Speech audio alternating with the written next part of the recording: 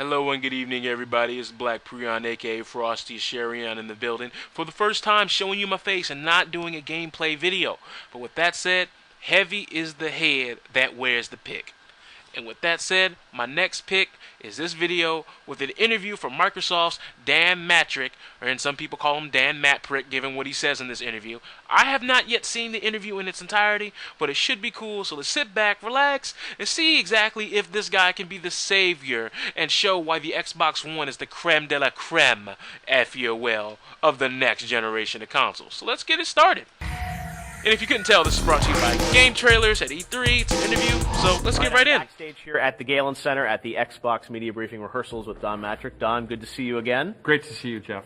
So this is a big week for you guys, coming only 3 weeks after the Xbox reveal. 19 days. Yes, Who's counting? Well, it was it was a long 19 days for a lot of gamers having to wait for some game announcements. So tell me, coming out of that reveal, how did you feel about it? Because I know obviously a lot of gamers have been all over social media complaining. What was... Now, right there, I want to make my first little point. You know how gamers were complaining? This was good to see. Because remember back in the 90s when gamers actually got pissed off about something? We did this thing called not supporting the bad idea. Look at Sega. Remember when they used to just show out console after console, Dreamcast, Mega Drive, Genesis, and all these other things that just culminated into, oh my god, would you stop, Sega? And we stopped supporting them, and once they realized their downturn was just horrific, they almost evaporated and only got pulled from the ashes of Nintendo. But you see, Sega doesn't make consoles anymore. Back then, you come up with a BS business practice, we shut you down with the quickness. But now it's like, we get bullied around by the big corporations, and gamers today are just like, oh, I need my Call of Duty smack. Oh my god, I need my Capcom smack. Oh, like, it's ridiculous at this point. I mean, back then, when you got a game, developers knew and understood both that it had to be good, it had to be quality, and at the same time, you only got one shot at making the game. Now, I can release you a completely half-assed, schlock, jump the shark game that doesn't even have an ending. It could be broken, it could have moves in the game that break the game just by you doing the move. It could be incomplete, it could be an unbalanced cesspool of a game, but you will still pay full price for it, and if I, for whatever reason, decide to re-release the game, but call it quote-unquote fixed and slap a word in the front of the, or actually in front or behind the title, whether it be Super, whether it be Ultimate, whether it be HD Remix or anything like that, you guys will still go out and pay full price for the game each time. And anytime you buy with your money a product, this tells that company this is the right thing to do, we can get away with it, and we're gonna keep doing it. But people are saying, but Frosty, if we don't buy and support it, they won't make another one. And yes, that may be true, but are you really want to keep taking right in the wallet, right to the woodshed every single time? Really? Especially when now games can become obsolete just because a new game exists. Like, for example, if I want to play a game on my Super Nintendo, I can go on my box of Super Nintendo games, pull it out, play it, in its entirety, everything is fully incorporated into that game. If I get Marvel vs. Capcom 3, even though I could have bought it 2 months after its release, that game was only good for 5 months before it became obsolete, unimportant, no reason to play it, period. You might as well return it. Oh, that's right. You only get about $5 back from that before you had to go and shovel out $40 to get the Ultimate version. And for those who play Street Fighter, you had Super Street Fighter 4 come after the original. Then you had Super Street Fighter 4 Arcade Edition. And I know some people who actually, for whatever reason, their Xbox wanted the Red Ring, so they couldn't just download stuff. So what they did was, they paid $60, got some DLC, $40, more DLC, then went out and bought Ultimate, and then got that game's DLC. Well, not Ultimate, excuse me, Arcade Edition. And people are just eating this stuff up, and it honestly disgusts me that this is happening. But, you know, whatever. Let's keep rolling. What was your takeaway from that? What did you learn from that? Well, look, we knew that we had to share two things: the vision for the box that we're creating, some of the features and functionality, and what it means to design something for the next decade. So people are looking at it, they're trying to imagine what it will experience, it'll provide, and they haven't had a chance to use it yet. So Yep. the first thing I'd say to people is, look, we designed something that's great. Yep. It is, at its core, a games box. Okay, he says at its core, it's a games box and that they created something great. Okay. So your reveal consisted mostly of TV. I'm going to let that slide because everybody who wanted to talk about that has already done so. I'm going to talk about you saying it's a games box. I want you to really think about what the Xbox One does minus the Kinect, with all of its features and all of its great things. Name me one big, huge, marquee, put it at the top of your sales pitch thing that this Xbox One does that the PS3 does not do right now in its current state. That is important to the gaming world.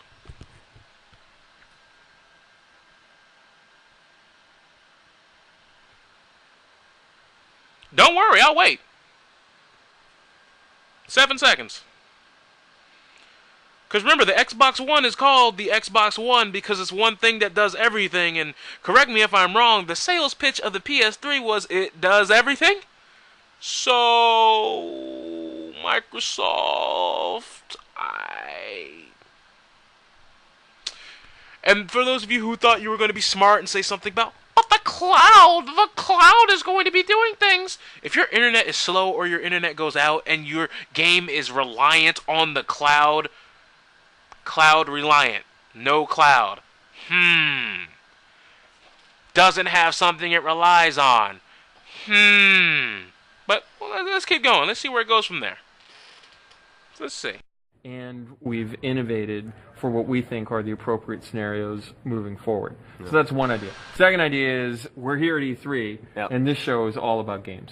So I think people are going to see, mind-blowing, great experiences. 20 games on stage. Well, there's about 20. Okay. That was the most unconfident 20 I have ever seen. Well, we got 20? We got about half 20. Yeah, we got 20. Most of them ain't exclusive, but we got 20. But it's okay. You might add another one at the last minute. You never know, right? So it's a great lineup of games. Yeah, and absolutely. I think people are going to love it, and then they're going to understand what we're trying to create and how it links games and entertainment, the functionality of the box, some of the advantages that you get of having a box that is designed to use an online state. So that, to me, is a future-proof choice, and I think people could have arguably gone the other way if we didn't do it, and fortunately we have a product for people who aren't able to get some form of connectivity. It's called Xbox 360. Right.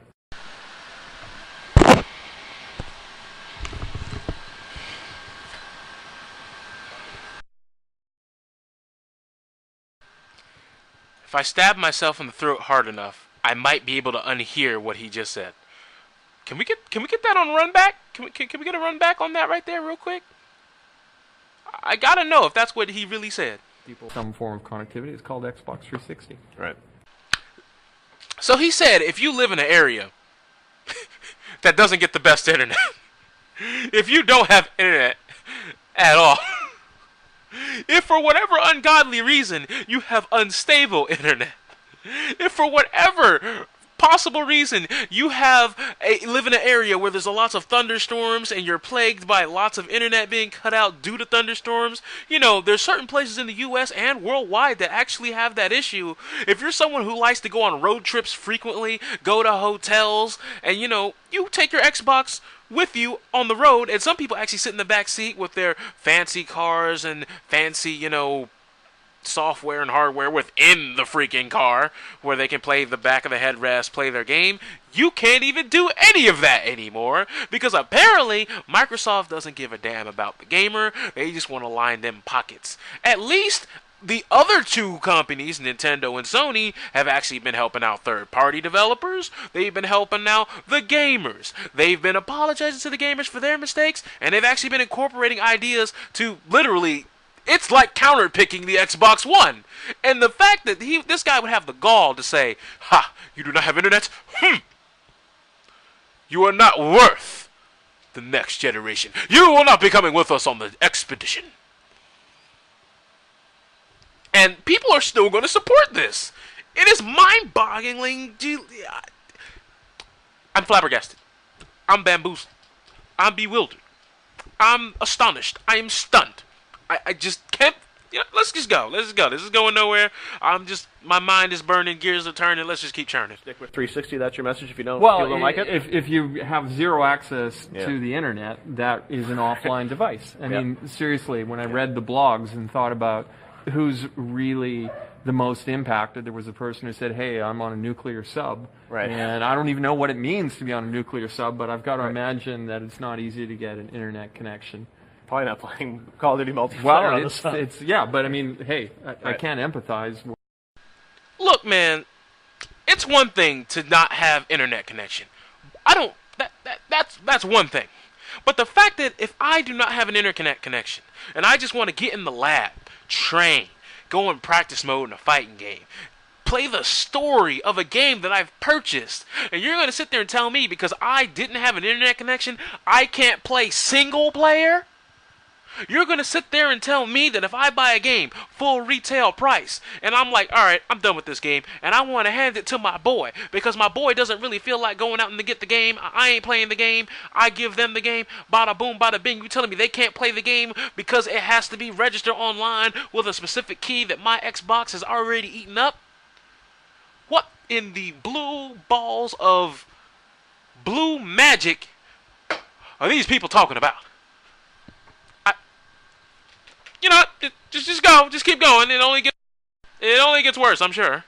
Right. If I was on a sub, I'd be disappointed. So, I think a lot of gamers, when you talk to... So he said he'd be disappointed. So, i.e., in other words, that's a damn shame. Give us money.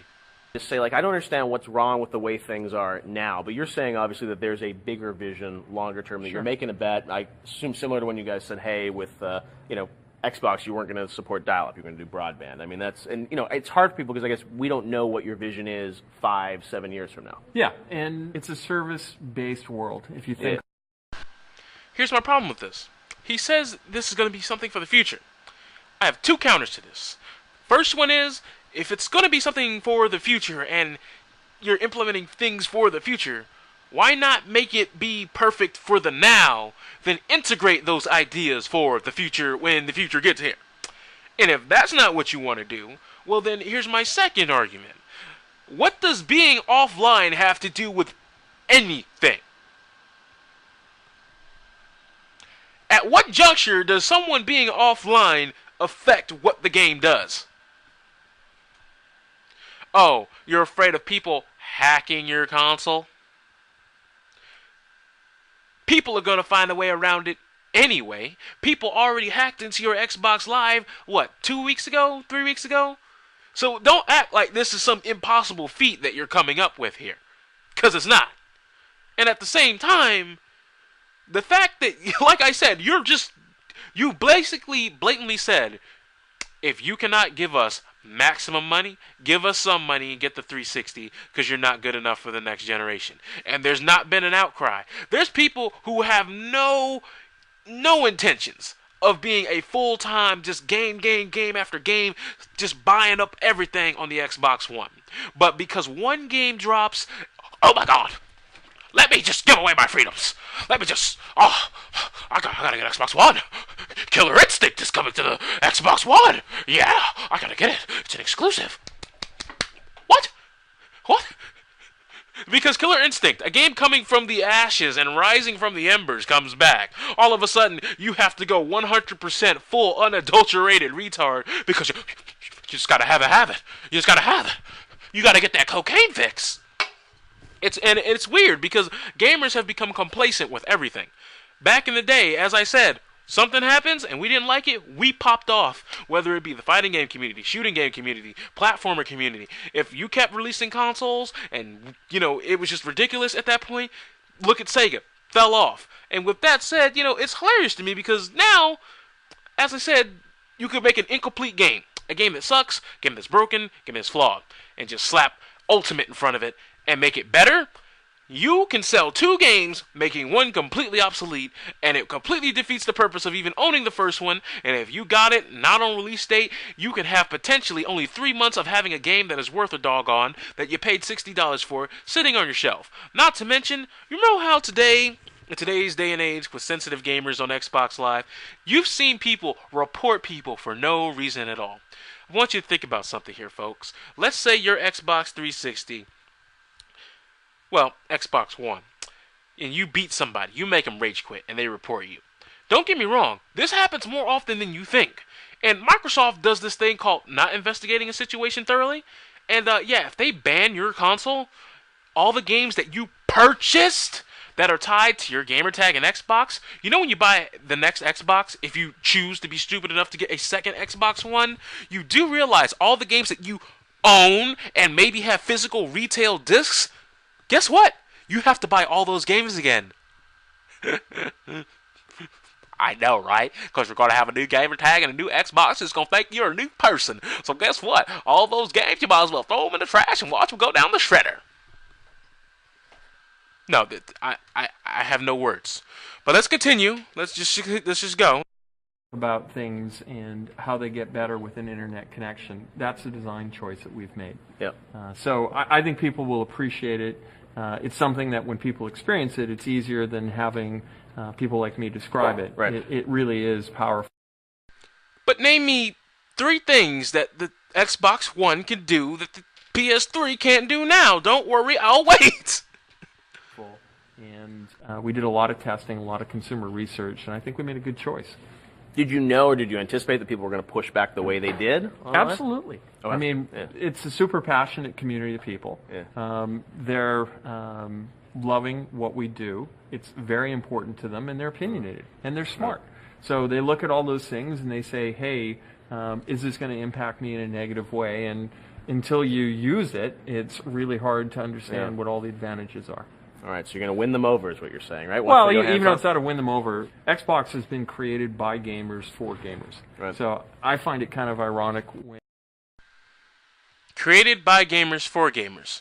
He just said and admitted the gamers are pissed. So the gamers created something that the gamers are pissed off about.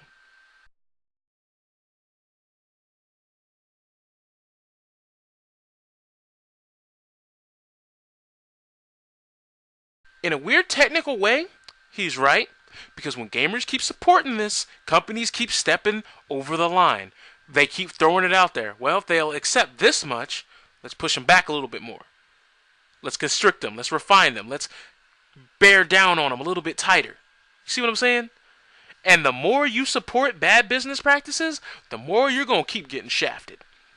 Just saying. Just throwing that as a shout out. And people take a step back and think, look, this is a company that hasn't thought about at its core what it means to have great games experiences. Yep. So we're going to deliver that, and we're going to continue to innovate on the platform, on the capabilities of what Xbox One can do. Yep. And I think in the long run, we'll build a global leading product that people are going to love and embrace. Global leading product. And I believe, what was it, the UK? Well, Germany has actually officially came out and said that they might actually just straight up ban the console because it is a spy bot in the house, which essentially it is. And with that said, the whole UK is actually thinking about, not allowing this console to be sold. Mexico had talks about it. So how is this going to be worldwide, Mr. Don? So you got a lot of games on stage here, and I think one of the things gamers wanted to see were more games. Now that people have seen them, seen your vision, what excites you about where games are going in this next generation? The increased graphics fidelity is awesome. The connection to the cloud and what it can mean from a game creation, a game design, how experiences can evolve is super exciting. And as I think about it, when game designers were building products a decade ago, they would think that the majority of their focus was on a single-player experience. Right. Then they started thinking about competition inside of the living room, and then they started thinking about what competition could be with an online community. Mm-hmm. So what we know right now is the majority of people spend a lot of time with multiplayer games. Yep. That you want to have experiences that aren't designed exclusively as a programmer driving a logic sequence. You want things that really use real-world inputs. Yeah. Other players, the complexity of servers where there's tons of data, and it's changing your experience. Yeah. And But we can do that now on the 360, though. We could have done that on the original Xbox, not as well, but we could do it. We could do it on the PS2. We could do it on the PS3. Yet it still had its offline capabilities in tow. I'm not really seeing the newness other than the cloud, which is internet reliant as well. And if there's a game that is cloud reliant, like you said, some games will be cloud reliant. If my internet goes down, then what happens? If what the console was doing was cloud reliant at that specific moment when the internet goes down for 15, 20 minutes, even though it won't kick me out because I've at least checked in, does the game derp up? Because if something is cloud reliant, that means it is cloud reliant. It relies on the cloud. If I'm not connected to the cloud, either they're BSing when they say that it's cloud reliant, or the game should mess up. I think that's what people are going to come away with is these worlds are rich, they're alive, there's a ton of graphical fidelity, and I think creators are going to have the best toolbox that they've ever had to innovate. So there's no choices about is Connect in or out. Right. Connect is in. You're going to be able to use that for voice commands, for gesture, in conjunction with the controller, right. In conjunction with Smart Glass. Mm-hmm. That's huge as a creator. So what do you think you have left to prove now with Xbox One? You guys have gone through the reveal, you've shown the games. What do you still think you need to do? Yeah, look, what we have to, first off, people have to understand we're committed to excellence. Right. So we're going to continue to invest in the platform. We're going to have thousands of people innovating. I look at this launch window as we get our feet in the running blocks, and over the next decade we get to build a great global business. Right. It'll be games and entertainment. We've got the best lineup of first-party games that we've ever had, the best lineup of third-party games. People are going to see that content over the next few days, and I think they're going to connect with it. I know that I have a few titles that have popped that we'll be showing at the show. Black Tusk, I hear, Black might be Tusk, there. yeah. There's an amazing internal team that's coming together doing some innovative stuff. So, in particular, the start of the show and the end of the show, those titles are just amazing. Huge stuff, and they're coming to your platform. Coming to our platform. All right, well, Don, it's great to hear from you here. I think hopefully gamers are a little calmer once they've seen some of the games. But, as you said, I think the things with, 24 hours, always on, all this stuff, it's like they're going to not... We appreciate the passion. Right. I mean, look, let's just acknowledge it. They appreciate the passion, but gave everyone who was passionate the finger. Okay. Important that people share their ideas. I think people are imagining outcomes that are worse than what we believe it's going to be in the real world. Right. Let me run that back. There's no way he said that. Nah, bruh. Outcomes that are worse than what we believe it's going to be in the real world. Right. So we designed... So pretty much if you don't agree with Microsoft, you don't even live in the real world, homie. Okay. Alright. Cool. The box, we paid attention to what it means to connect to the internet. The average internet connection is working the majority of the day. And people are imagining that it isn't, and I don't think that's They're the just world worried, that we I live in. think. Sure. Right? I mean, it's changed, yeah. right? And there was a point in time when people would say, hey, all I want my phone to do is make a phone call. Right. And now you use your phone in richer ways because of that connectivity. People are going to see the same benefits with Xbox One as they've seen with their smartphone. Yeah, but I don't think I know of a phone company that's like, if you do not have an internet connection, you can't even make phone calls, homie. I mean, I understand you connect to your signal, but I've ever heard of the fact of if you cannot connect to the internet 4G, you cannot use your cell phone, period, even for 911 emergencies. All right, well, we will see it all, I guess, later this year when Xbox One launches, and we'll be all online. Yeah, and thank you, Jeff. We really appreciate your coverage and involvement. Thank you, Don. It's great. Look forward to playing soon.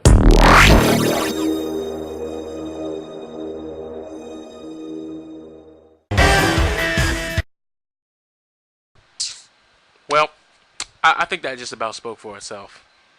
If you want to support the Xbox One, Go ahead. It's all you. You can hold that.